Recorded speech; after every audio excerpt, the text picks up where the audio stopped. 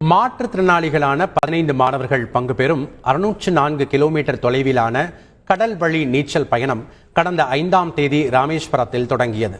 உலக சாதனை புத்தகத்தில் இடம்பெறுவதற்காக ராமேஸ்வரத்தில் தொடங்கி சென்னை மெரினா கடற்கரை வரை இந்த நீச்சல் பயணம் திட்டமிடப்பட்டுள்ளது. இந்நிலையில் தொண்டி காட்டுமாவடி வழியாக கடலில் நீந்தியபடி 15 பேரும் வேளாங்கண்ணி கடற்கரையை சென்றடைந்தனர். தமிழ்நாடு மீனவர் பேரவையினர் மற்றும் வேளாங்கண்ணி மீனவர்கள் சார்பில் 15 பேருக்கும் மாலை அணிவித்தும் பூங்கொத்து கொடுத்தும் உற்சாக வரவேற்பு அளிக்கப்பட்டது.